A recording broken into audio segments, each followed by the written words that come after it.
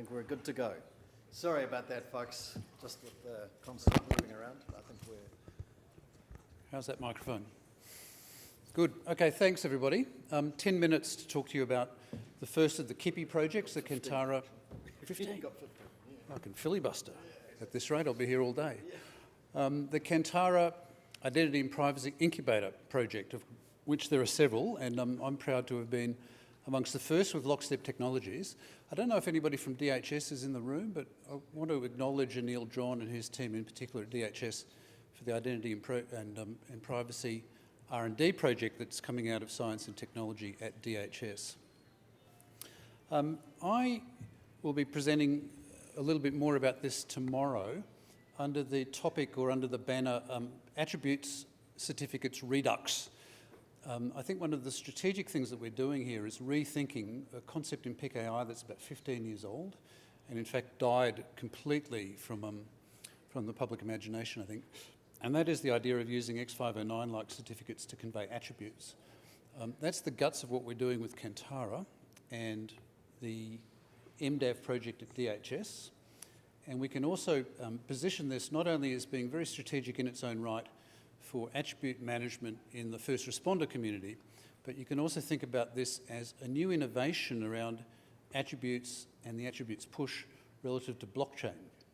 Because a lot of the qualities that are being promoted for blockchain in terms of being decentralized, peer-to-peer, and trusted, we can see new ways of reinvigorating and reconfiguring PKI to do exactly the same thing. So that's what this is all about strategically. The team, myself from Lockstep Technologies in Sydney, leading the team. Our software is being developed by IDI out of Washington, DC. The project is a creature of Kantara's in collaboration with the Cicada Centre of Excellence at Rutgers. And together, this cascade from Rutgers and Kantara, and we all report into DHS for this funded project. The need, what we're doing is that we're solving the problem of first responders in the field trying to establish their credentials, trying to establish their attributes when they are amassed at some sort of emergency situation. They've come into a cyclone area in the rush of getting good people doing good things in difficult environments. We still have an acute need for people to establish their credentials so that the field officers, the marshals, the sheriffs in the cyclone areas, for example, can be really sure of the credentials, the bona fides of the people that are coming in. This is an area that's really paradoxical. It's easy to think that in the rush of problem solving, you know, a school has been blown down in a hurricane. You're trying to move a whole bunch of kids to temporary accommodation. You're trying to then look after them for several weeks. You've got doctors, medicos, engineers, first responders of all sorts coming in to this fraught environment. And it's easy to think that, you know, the hell with it. What we're going to do is to get qualified people. You know, if you look like you're a carpenter or if you look like you can handle a hypodermic syringe and give vaccinations, then all hands to the pump.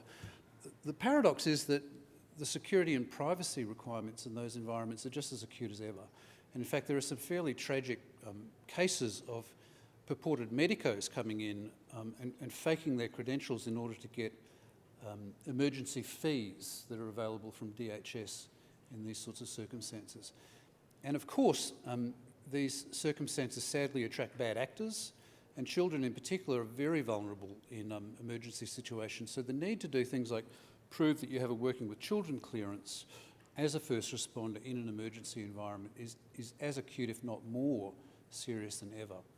So the problem that has been with the first responder community for 10 years or more is how do you electronically, quickly, in a low network, if not zero network environment, how does a field officer establish the bona fides of visiting first responders? There can be hundreds of first responders mobilised very quickly to an environment like this. So how do you prove your credentials? How do you do it in an offline environment? How do you prove the provenance of those credentials? Because, of course, if I'm claiming to have a first aid certificate, it's only as good as the medical credentialing authority that's given me that first aid certificate in the first place. Everybody's been trying to solve this problem on mobile phones, of course, forever. It's the natural form factor. But how do you ensure tamper resistance in a mobile phone? Obviously, the mobile phone environment is a bit of a jungle. It's a bit of a wild west in terms of application bona fides. So how do you stop people faking up credentials? And a purely visual presentation, of course, is next to useless. That's the immediate, I call it the keystone customers. These are the ones that we are funded to solve a problem for. Broadly, and it has to be said that the DHS mission, the DHS funding of these projects has a long view, and everything that we do as one of the grant recipients is orientated towards the commercialisation of what we're doing and the long-term viability of the technology. So we have our eye on much broader categories of use than just first responders, and they include broadly, for this, for an identity community, I think that we all are familiar with the attributes problem, and how, in fact, I like to say that the strong push in the identity community is away from identity of all things towards attributes. So we're really not interested so much in who you are anymore, but we're much more acutely interested in what you are. And that theme, in fact, has been part of CIS now for 5 years or more. And going forward, I think it characterises an enormous field of application for this sort of technology. So how do you get people to manage broad portfolios of attributes? How do you manage attributes with their provenance? Ideally, how do you do it anonymously or pseudonymously? And moreover, and this is the subtle technical thing, how do you decouple the attribute from the attribute issuer, and how do you decouple the attribute issuer from the mobile phone or the device that you're carrying it around on? You want to decouple these things for a couple of reasons. One, for privacy, and two, for liability. One of the standing problems in, let's say, national identity frameworks, mobile driver's licenses, and national ID in general, for years, look at places like Hong Kong. They introduced a national smart card 15 years ago. They've always wanted to use that smart card as a carrier for other things. And the big problem that we've had in this community forever is how do you decouple the liability of the smart card issuer from the things that might go wrong when that thing is being used as a container for third-party credentials. And when that stuff goes wrong, as it inevitably will, the elephant in the room has always been how do you prevent liability being sheeted home to the hapless smart card issuer. And we think that we can solve that problem. We'll solve it like this. We form a logical triangle in this technology. I'll just make sure I'm not getting ahead of myself. We form a logical triangle using a secure element of some sort in the phone. So think about a triangle between the individual holding the phone and controlling the phone. So there's a link that allows you to reliably say that if a phone has been instantiated, if a phone has done something in a transaction, it's done so because it's under the control of the user.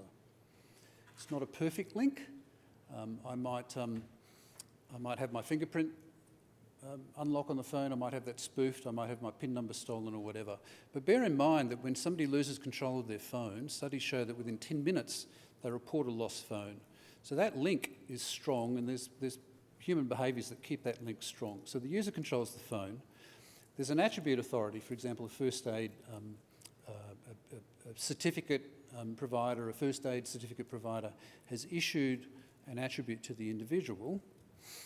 And the final part of this triangle is formed by creating a public key certificate with a private key in the secure element and the private key mapped to the public key in the first aid certificate. We at Lockstep use this capsule visual metaphor for what is really just an X509 certificate.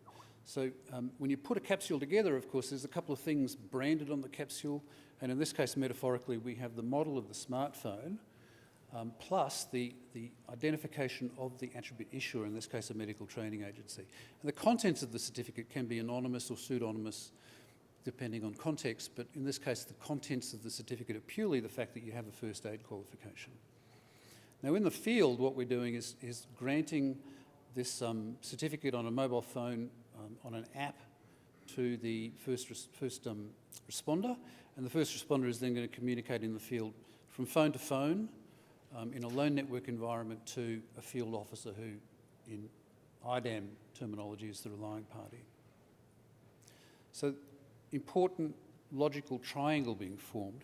The result of that is that if I am holding a phone with such a certificate and I digitally sign something like an incident report in the field, my digital signature links the incident report back to the certificate, and the certificate is linked to the phone. That's the provenance. We know it's a good phone. We know that the issuer is identified in the certificate, and the relying party in green receives the provenance of the first aid certificate, the provenance of the phone, and by implication, they know that the user is involved because of that triangle, but the user themselves is not identified. So that's the pseudonymity or the anonymity. That's the Stepwise technology.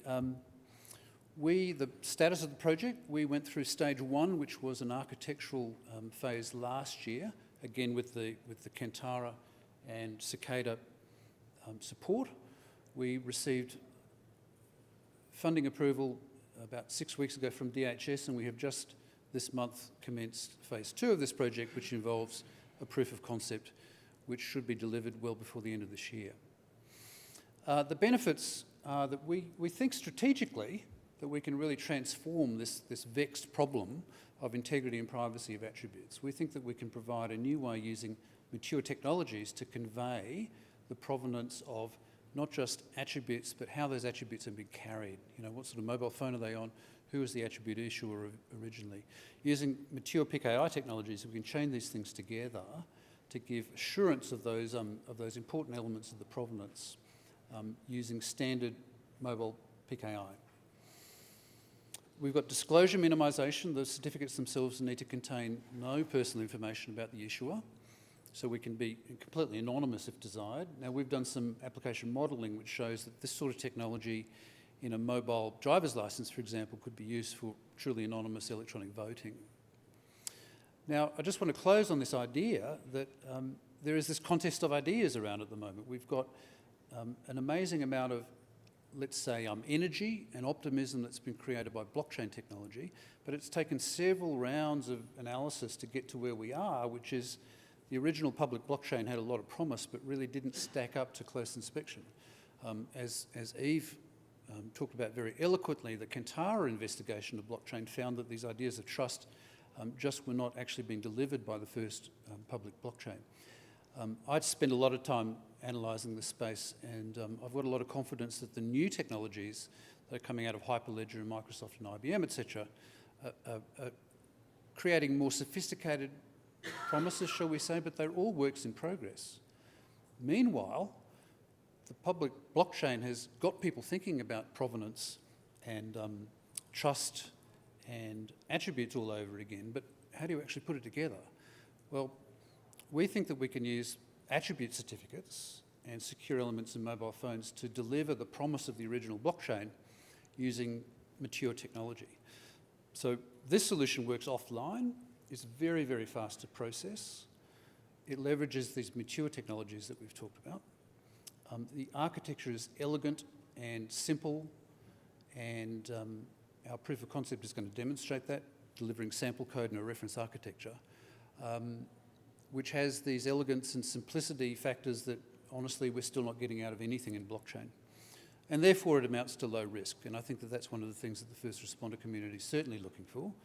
And I think it's certainly one of the things that the driver's licence, national ID, and electronic travel documentation sectors are looking for too. They're looking for low project risk.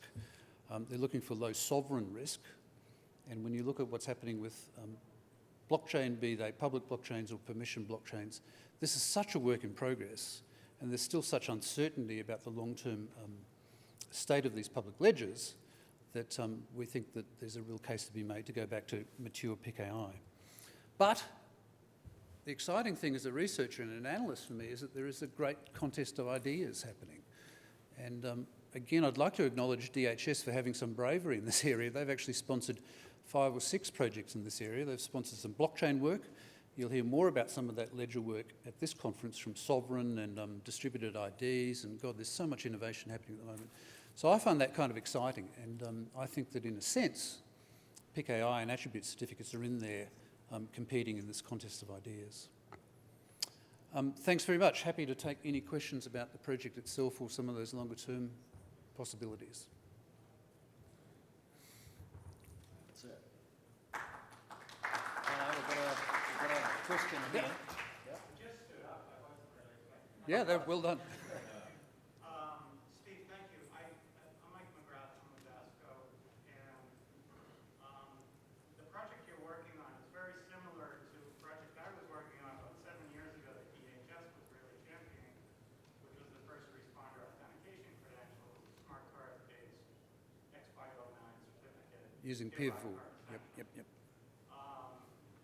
So I was kind of getting lost on the use case for first responder to be anonymous or use pseudonymity.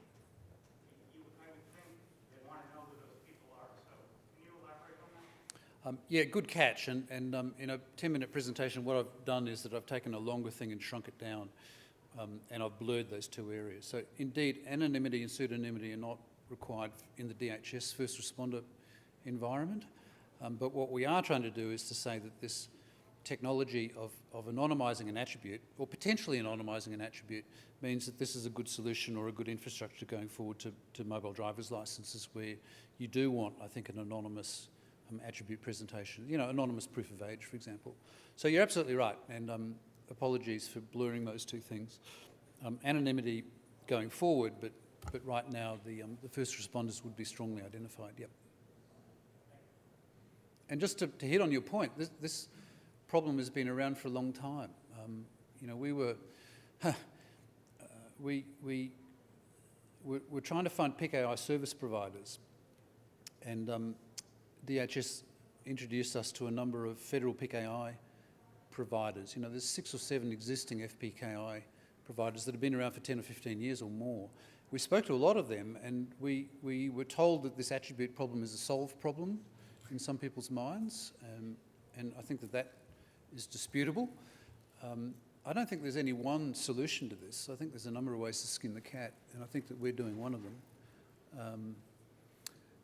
But the interesting thing about talking to federal PKI people was that we said to them, we're doing this thing with attribute certificates, and they said, well, those aren't attribute certificates, those are X509 certificates. And we got into a war of words about old-fashioned attributes, old-fashioned identity certificates, and they said, you can't take the identity out of an X509 certificate. It's not an X509 certificate anymore. So there is a whole lot of old ideas and old sort of sacred cows in this area, which I think that we're trying to break down a little bit.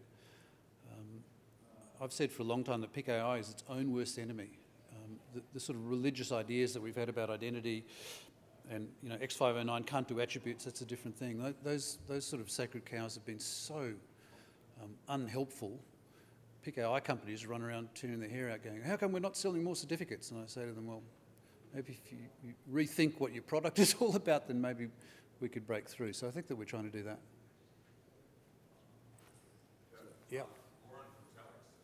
I watched your video from last year. You mentioned the blockchain was on its way out. You self-destruct. Oh yeah, I knew somebody would hold me to that. A little bit of an update on that and how it all ties in with this. Mr. Chair, do we have time to do that? Yeah, we do. Because it's a We're running side. ahead of time. It's a sidebar. So, yep. I think it's of interest. Yeah, what I said, I think, was the blockchain, meaning the Bitcoin blockchain, could well self-destruct under its own weight, and that prediction is still not far off the mark. Actually, if you have a look at the volatility of Bitcoin, if you have a look at the possibility of a hard fork in the Bitcoin blockchain, I think is absolutely shocking. I think that Nakamoto's rolling in her grave at the idea that the block size debate might be resolved with a hard fork. I mean, it's just absolutely insane. But, a much more nuanced position is that everything I was talking about last year was about the Bitcoin public blockchain. And what we have seen since then is that there's been a lot of innovation and a lot of rethinking going on about what problems are we trying to solve with something like a distributed ledger. And some genuine innovations come out, firstly from R3, and subsequently with Hyperledger and the stuff that Microsoft's doing. It's amazing to me, and I've had certainly a change of heart about what this category of technology can do going forward. But all of my criticisms of the original blockchain for purposes outside of Bitcoin, I'd like to stick to my guns and say that I still believe what I was saying. So to recap to the audience, I did a critique of the Bitcoin blockchain as it might be applied outside of Bitcoin. And I think it bears repeating that what Nakamoto did with the blockchain was very, very dedicated to Bitcoin. And when somebody says to you, Bitcoin and blockchain are different, blockchain's an infrastructure, Bitcoin's an application, technically what they're saying is true, but the blockchain was so dedicated to the Bitcoin enterprise that peeling them apart is a bit like peeling apart propellers in aeroplanes in 1910. You could always say that the propeller and the aeroplane were different things, but in 1910 it was impossible to build an aeroplane without a propeller. So yes, these technologies are theoretically separable, but in reality separating them and doing, for example, identity on the original blockchain is much, much harder than it appears. So I'm delighted that there's been a lot of innovation, and what Sovereign's doing and what SecureKey are doing on blockchain in air quotes is very different from what people were trying to do 2 years ago. And that's a good thing. So we're, again, a contest of ideas. There turns out to be many ways of skinning that cat. And it's a pretty exciting place to be, for sure. Great. Thanks very much, Steve. That's Great pleasure. that's Thank terrific. you. Cheers. Okay. And while we switch over here, where our other Kippy performer of the three that we have in Kantara is here, Mike Schwartz. He's just Ubered in, and I've just got to see if I can find it here. Which of these is, maybe it's that one. Excuse me, I would like to request that the real Mike Schwartz stand up.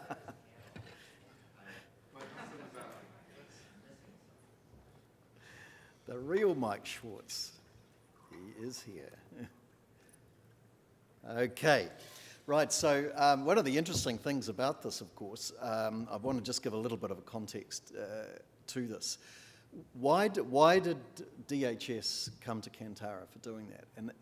And basically when they began this, they wanted to expand their R&D, their applied research and development activities. They had reasonable amounts of money to point to, but often the problem was that they couldn't actually get to that really bleeding edge, leading thinking. They needed communities, and one of the things they've really they've focused down on, of course, one of the first things they did was they opened the Silicon Valley office.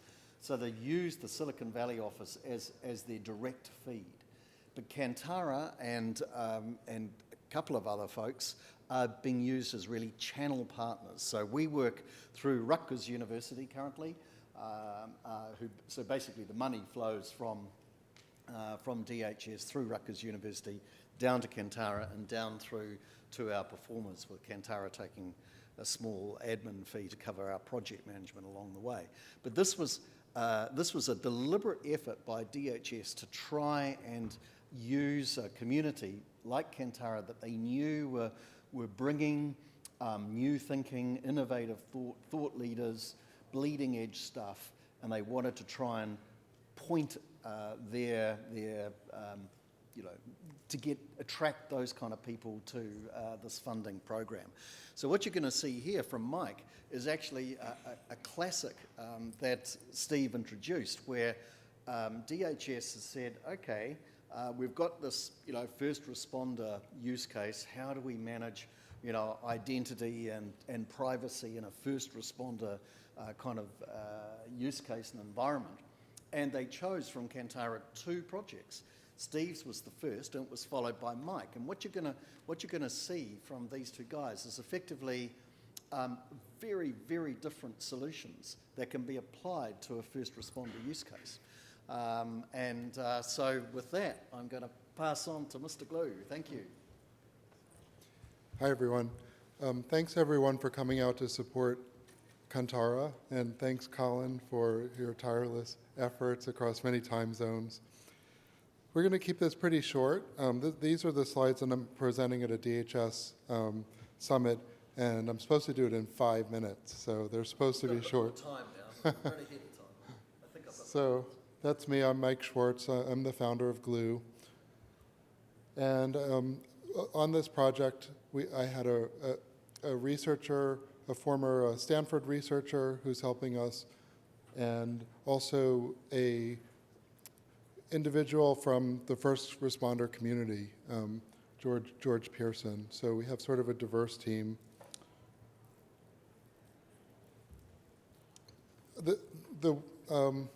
Where we were coming from in this project was the idea that we didn't want to replace smart cards, but we felt that not enough people had smart cards. So in the first responder community, after 9/11, if you showed up with a T-shirt, a fire department T-shirt, then sometimes you could gain access to the scene. And fast forward about 10 years later, they introduced these first responder smart cards, and at Hurricane Sandy, if you didn't have a smart card, they didn't let you in, and so they turned away a lot of qualified first responders. So you went from sort of one extreme of allowing too much access to the other extreme of not allowing enough access. So we felt like we wanted to build a mobile device that would be more, or a mobile application that would be more inclusive of the first responder community. And it's a very, very diverse community. There's just a rough estimate around 67,000 organizations, 3 million people. It's fairly, when you look at the organizations, there's probably about maybe 300 organizations that make up like 60% of the people. So as you drop off in organization size, it starts to get to be a lot of like really small organizations. So we felt like the smart card infrastructure was great for the organizations that have it, but maybe if we could do something that was a lower assurance credential, maybe a lower assurance credential would still be better than nothing. There are some advantages of mobile. One of the properties of smart cards is that they're hard to update. So they're not good at carrying information that's sort of temporal. So skills where people are getting new certifications and trainings or authorizations. So who are you? What are your skills? And did your commander actually say you are allowed to respond to this event? So all of those things would be useful when deciding whether to deploy somebody who's shown up to an event. And in a large multi-jurisdictional disaster, what you'll find is that there'll be state response, there might be federal response, there might be what the industry calls self-deployers, people who just show up. I work for the Houston Fire Department. I'm here to help. And so for incident commanders to actually organize all those people and account for them, and also there's a liability issue if somebody gets hurt during a response. So to afterwards be able to handle the issues that arise from the event. These are I don't know, it's a complicated problem. So our idea, so we came at this problem from a perspective of wanting to build a federation. So the Auto Working Group, which we started about 1.5 years ago at Kantara, was an effort to build a next generation multi-party federation. And our basic idea was that we could use this federation approach in the first responder community. There had already been a federation in the first responder, especially in the law enforcement area, a federation called NEAF, and that was pretty successful. And we felt that although it was successful, it was mostly the larger organizations that were participating. So the FBI was in it, like from my home state of Texas, the Texas Department of Public Safety, which is huge, they were in it. But we felt like it wasn't, for some reason, reaching down into the smaller organizations. So a federation, what you could think of it, I always like to think about tools and rules. So the federation provides some shared infrastructure. So things like it publishes, keys, it publishes information. And it also, the rules of the federation would be how individual organizations get vetted. You know, are you really a sheriff's department, or are you really a fire department? So just that, what's the process behind how organizations join? What are the rules? Are there fees? What's the governance? Sort of, you know, if you think about a federation, like we have this big federation called the United States of America, so it's 50 individual states, and those states cede some of their authority to the federal government where it's efficient. So it's the same concept in identity federations where there's some efficiency to be gained by having a central organization.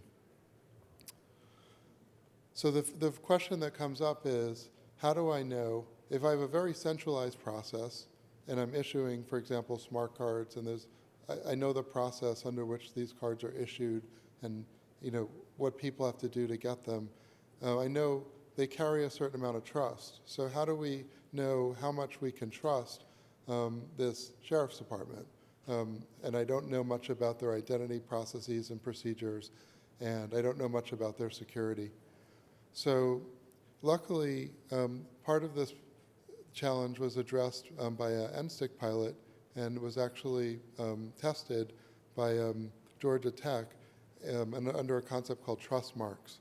So a trust mark is basically a XML document or JSON document that describes the policies and procedures of your organization, the security. You know, the trust marks align very closely to security guidelines. So if you're an organization and you want to create one of these trust mark documents, from the administrator perspective, the poor IT guy who has to do this, basically they're going through and they're answering like a TurboTax-like series of questions about their security policies and procedures. And at the end of that interview, it spits out like a JSON file, which they can share with the federation. So that way, if I'm the consumer of an identity, I can also consume the trust marks and assess the amount of risk that I have in trusting this credential, and then you leave it up to the incident commanders. You know, if there's too many people, maybe you take just the higher level credentials, but you basically give the incident commanders the ability to make the decision. So this system, we're hoping that could have wider adoption. Like I said, that's the main goal. It's complementary to smart cards. Smart cards are a great credential. If you can leverage off your smart card, you know, we have a strong identity, and that makes the solution even better. Having or knowing what phones first responders are carrying gives you some new capabilities in terms of pushing notifications and enabling first responders to use these credentials for other digital resources. First responders are using more digital resources than you'd think. Police officers are carrying body cams. That video gets uploaded to a website. That website needs a password. There's, even policies are coming over email. There's a number of forms. If you're an ambulance driver, you're handing off forms to the hospital. So there's electronic systems for that. So we're asking first responders to use more and more digital systems, and not all of them are up to issuing two-factor credentials. So this would be sort of a centrally issued credential that could be leveraged for the core use case, but also for controlling access to other websites and mobile apps. Skills tracking is one of the areas where we felt like centralization would help benefit interoperability. If you're in one state or another state, they have similar guidelines, but they might have different certifications, and having sort of a common denominator skills list was one of our goals.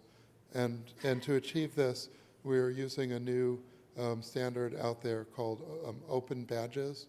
It's sort of like a fancy attribute. It's a JSON formatted attribute, but it carries in the issuer, the recipient, and some of the other information. And one of our other goals was not to be the next, breach. So when we store the data about the first responders, having 3 million identities in a database would make us a big target. And we wanted to be careful that we weren't, just making a nice, attractive bunch of data to steal. So working with Tosny, they're a company from Portland that specializes in crypto software. We use this new database that they have called E3DB, where it has a encryption. It has an API, and you can store data in it and share data. But basically, the idea was that in the identity store, we're using pairwise identifiers, so not really identifiable. In the badges, for example, if I tell you a fire department has 10 firefighters, that's probably not a secret. You can look on their website. So the part that we were looking to encrypt was the recipients. So the recipient part of the data, we used this Tosny E3DB to store that encrypted so that when the first responder is sharing the credential, they temporarily give permission to the person who's reading the credential to decrypt that data. As I mentioned, there's a lot of new systems. Some of the innovations coming in from computer-aided dispatch, CAD. I always think of computer-aided design, but in the first responder industry, that's basically like 911 dispatch. That's going digital. Also radios. Adam Lewis might be here from Motorola. I know he's here at CIS. He's done some amazing work with OpenID Connect and radios, Motorola radios. And those are really like there's only 2 different radios, and Motorola has the largest market share. So integrating, we don't actually know whether first responders are going to carry their phones in events. Some of them will, some of them won't. If you're running into a fire, you're not taking your phone, but you are taking a radio. So making a better binding with a first responder using a certain radio was really interesting. This is not really, they made me put this slide in. I don't know, federations don't have competitors. So the goals, the hard part of this is how do we get OpenID providers to 67,000 organizations. Some of them are going to have large IT departments. Some of them will need some type of SaaS solution. We haven't figured that one out yet. In the next phase, if DHS likes this and wants to continue, we have to create the legal infrastructure. We have created quite a bit of the technical infrastructure in this pilot. So we created a sample mobile app. We created sort of the back-end OpenID Connect and badge and sort of workflow infrastructure. So, and then the really hard part will be marketing. Like, okay, even if we build it, how do we drive adoption? How do we get first responders to say, yeah, I'm going to use this for my organization? So it's sort of a big plan. We don't know if we'll be able to pull it off, but we felt that it was worth investigating it. And even if we don't actually get this off the ground, we maybe move the ball forward a little bit. So, any questions? Yes. Mike, you mentioned trust marks in essentially sort of a tax sort of interview and then spitting out a JSON or an XML document. Yes. And those are sent to the Federation. Is that validated, or who validates that output is in fact legitimate? So the Federation operator has to review the trust marks and vets it and then approves it. So we built an app which we call FIDES, F-I-D-E-S. FIDES was the Roman god or goddess of trust. Fidelity comes from FIDES. FIDES is really a workflow tool where the organizations apply to join the Federation, they're approved, they upload their trust marks, they approve badges. So it's sort of the interface for either the IT department at the first responder organization, or frequently the fire chief or the police chief, because a lot of times they're actually doing like a lot of the IT work, even for medium-sized organizations up to 100 people. We interviewed fire chiefs, and they're doing a lot of the IT work. They're managing the website. So so there is a certain amount of manual trust management there. That's where some of the trust originates from, is that people are actually vetting this. But yeah, Georgia Tech has written that software that does the interviewing, and it's still work in progress. In phase 2, we get a better idea about the usability of that. I think that's one of our open questions. How do you make it easy enough to use? And the flip side of that is, how do you make it easy enough to make sense of that for the incident commander? Because we can't give them like tons of detail. What's the right level of detail to give them about the trust marks? Yes? What's the relationship between the GTRI trust mark work and the trust mark work we heard from the Kantara briefing? That is the GTRI work. It is. It's the same. Oh, I'm sorry. Ah, sorry. No, I think that's it. So Trustmark is probably used in a bunch of different ways. I think that's different. Yeah, Kantara is a different. This is a very generic. Yeah. Sure. I think you probably alluded to it, but where exactly are you in the process? Where are you? What's the next steps? While you're waiting for perhaps approval, you're probably doing some things as well, right? Yeah, so there's these slides are when we're going to present at a DHS event in July 11th, I think, or no, I think my talk's at the 14th. So we're pretty much done with phase 1. So phase 1 was really research, and we actually, in order to get a, I guess, to prove that it was going to work, I don't know if we actually had to write software in phase 1, but we did. So we built out sort of a proof of concept infrastructure to show that all the pieces work together. And we really did research. We interviewed people. We sort of wrote up our solution. We're presenting that in July. And after that, DHS has a month or two to figure out if this makes sense. And if they choose to move forward, then we'll start figuring out how to do a sort of larger scale proof of concept. Right. Okay. Thanks, Okay, Mike. thank you. That's terrific. So there was a discussion there. Mike briefly alluded about to the use and the value of PIV cards, and that actually would have been a nice segue, in fact, into our third performer on the KIPI program. That's Exponent. And they're particularly using a protocol that NIST developed called Opacity. And what Exponent are doing is effectively creating a PIV card in a mobile. The Australians did it. Oh, did they? Oh, well, they may have done it. I'm sure they have. But the Australians are always first at things. I mean, just ask Steve. Right, well, be that as it may.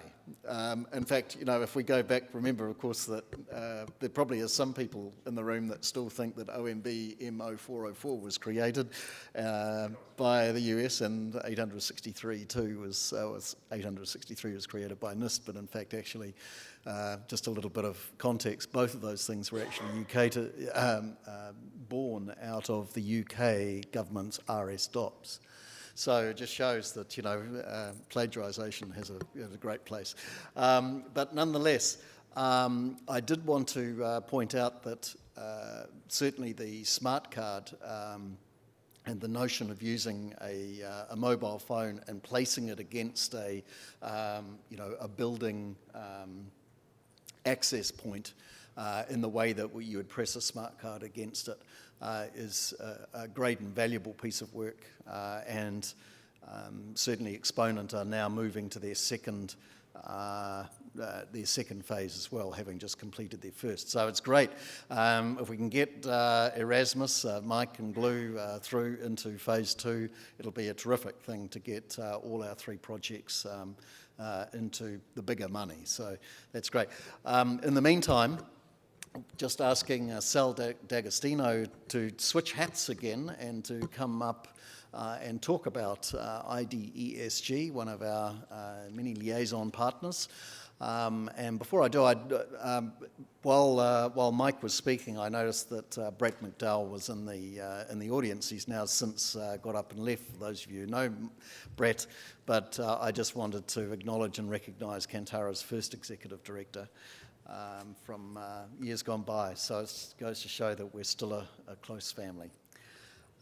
With that, I just want to, of course, as many of you know, where are your things now? Don't have a presentation. Oh, you don't have any presentation? I'm just going to talk to it. Okay, you're going to talk to it. Right, well, we'll just disconnect there for a moment. Yeah, so I don't actually have a presentation related to the IDSG and Kantara liaison, but so switching hats, so going from IRM and Kantara Leadership Council to my role as president and chair of the IDSG. We have a much smaller number of relationships as an organization than Kantara does, but one of the important ones we do have is with Kantara.